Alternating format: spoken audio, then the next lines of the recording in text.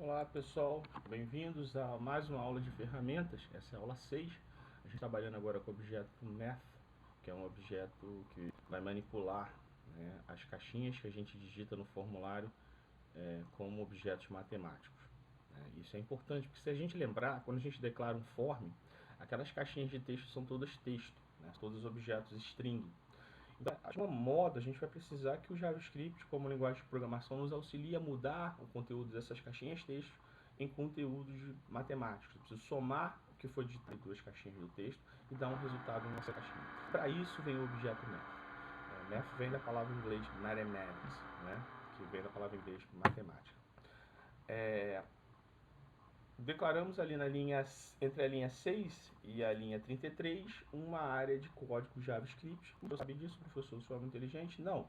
É porque tem o a tag script, e isso delimita uma área de conteúdo em JavaScript. Declarei duas variáveis que eu posso colocar com uma linguagem francamente tipada, posso colocar qualquer coisa ali dentro. Coloquei dentro da variável o valor 20, na variável A, e na variável B eu coloquei o valor 6. E aí daí eu iniciei o programa. Eu somei duas variáveis, né? Não usei até agora nada do objeto matemático, do objeto math. Somei e apresentei na tela através do document.write. Professor, o senhor não poderia ter usado o alert? Poderia ter usado o alert, sim.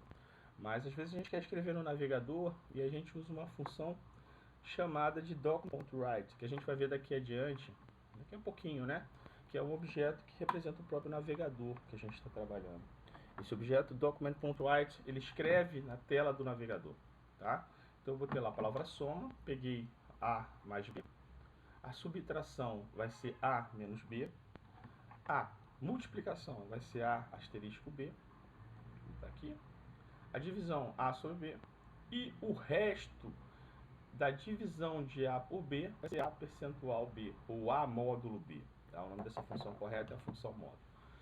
Em seguida, peguei, diminui os dois, coloquei numa variável x e imprimi o valor da variável x.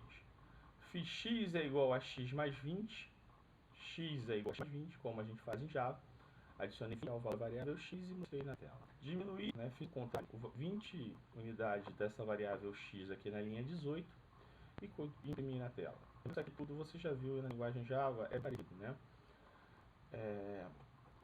Multipliquei a variável x por 20 e coloquei na tela. Perdão. Dividi a variável x por 20 e coloquei na tela. Aqui são operadores interessantes, tá? Isso vai cair na prova. É um operador pré-incremento, pós-incremento, pré-incremento, pós-decremento e pré-decremento. O que quer dizer isso? Supor que a variável x ela contenha, vamos lá, a variável x contém o valor 1, tá? E eu faço assim, document.write, aí boto mais lá e coloco assim, mais x.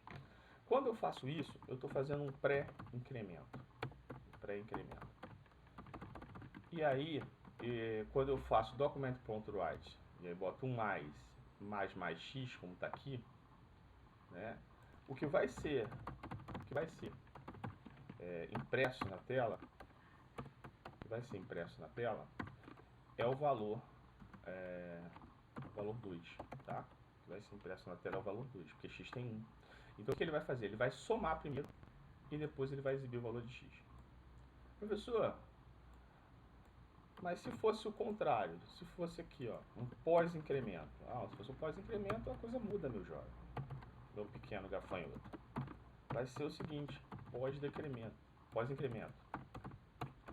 O que ele vai fazer? Ele vai imprimir o x e a partir dessa linha em diante, eu vou imprimir o x como 1, se isso aqui não existisse, tá?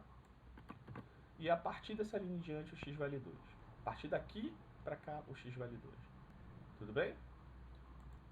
Mesma coisa para o pré. Imprimir o valor 1. Ele vai decrementar primeiro, ou seja, ele vai diminuir de 1, então vai virar 0. E ele vai imprimir o 0. Agora, se eu fizer um pós-decremento, ele vai imprimir o valor 1 e vai, a partir daqui, o valor de x é 0. Então, são importantes operadores de Java e JavaScript que podem ser usados no seu programa. Aí o professor aqui colocou duas variáveis string, bom e dia. Em seguida ele somou as duas variáveis strings. Só que somar duas variáveis strings significa concatená-las. Então eu vou dar bom dia, vai escrever bom dia aqui para você, né, na tela. Em seguida eu peguei a variável str3 e somei e botei o valor 4 e somei as três. Aí vai dizer bom dia 4, tá? Ele converte isso aqui para um texto, fechado? Então na conversão, o que o professor quer dizer? Que na conversão de e números vale o que é string. Pessoal, vamos seguir nossa aula. Tem agora os operadores de comparação. Se eu quero comparar o valor de A vale 4 e B vale 3, se eu quero comparar dois valores, eu uso dois sinais de igual. Então aqui vai retornar falso, né? Porque A não é igual a B. Lembrando que os comparadores retornam verdadeiro ou falso. A é diferente de B, true. A é maior que B, true também. A é maior ou igual que B, true. A é menor que B, false, falso. A menor ou igual que B, false, é falso. E aqui é um operador ternário, tá? Eu quero que ele compare e imprima o maior deles. Então aqui ele vai botar false e ele vai imprimir o valor 4. Fechou? Posso usar também o E. A é maior que B e B é maior que A. Quando eu usar esses comparadores aqui com o operador E, ele vai retornar falso, porque eles não são aqueles, isso nunca vai sempre retornar falso, né? Um número é maior que o outro e o outro é maior do que esse número, não, isso nunca acontece, tá? Ou A maior que B ou B maior que A, isso vai retornar true, tá bom? Bom, e aí a gente vai usar um operador ternário que vai escrever o seguinte: se A for maior que B, ele vai escrever que o A é maior. Mas se não for, se isso for falso, ele vai escrever isso aqui, tá? Então esse operador aqui interrogação, ele, se true, o primeiro parâmetro antes de dois pontos, e se false, o segundo parâmetro antes de dois pontos. Isso é importante, tá? É um chamado operador ternário em JavaScript. Bom, para avançar nossa aula e terminar nossa aula, eu tenho outras coisas importantes que você pode trabalhar numa caixinha de texto formulário, se for necessário. Primeiro é a variável math.abs, que vem da palavra absolute, mas absolute não é a vodka, é o valor absoluto, tá? Então eu quero aqui o valor absoluto, eu quero o valor sem o sinal. Se você botar um mais ou um menos aqui, ele vai retirar e vai me retornar só o número. Math.sale, sale em inglês é telhado, então ele pega o valor que está aqui dentro e joga para cima. Então 10.1 vira 11, 10.2 vira 11, 10.9 vira 11, 10.99 vira 11 e assim por diante. Math.floor, você vai arredondar para baixo. Floor em inglês é chão, então ele vai jogar para o chão. 10.1 vira 10, 10.5 vira 10, 10.55 vira 10, ou seja, ele vai diminuir o valor, tá bom? Isso é bom, né? Math.round, ele vai arredondar o valor. A partir de 10.5 ele vai jogar para 11. Se for 10 pontos, ele vai jogar para 10. E assim por diante. Bom, uma função também interessante que pode cair na prova, né, é a função math.random, onde o computador, a partir da hora que você está executando esse programa, ele gera um número aleatório entre 0 e 1. Então ele vai retornar, por exemplo, 0.15, 23, 43, 58, vai retornar um número bastante grande, que é um número aleatório, tá? E isso é importante às vezes para você trabalhar com jogos, né? Vai trabalhar com jogos, você precisa randomizar um número, por exemplo, o número de um dado, de uma carta. Então esse math.random é bastante usado para randomizações, né? Randomizar é escolher ao acaso. Nesse caso, não é ao acaso porque tem a ver com a data e a hora do sistema. Mas existe essa função, é bastante usada quando você não precisa de segurança, tá?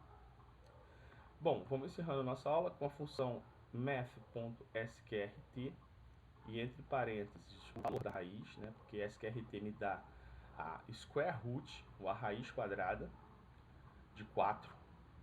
Math.log, e aí eu coloco um valor aqui dentro que pode ser 10, mas aqui eu coloquei essa constante.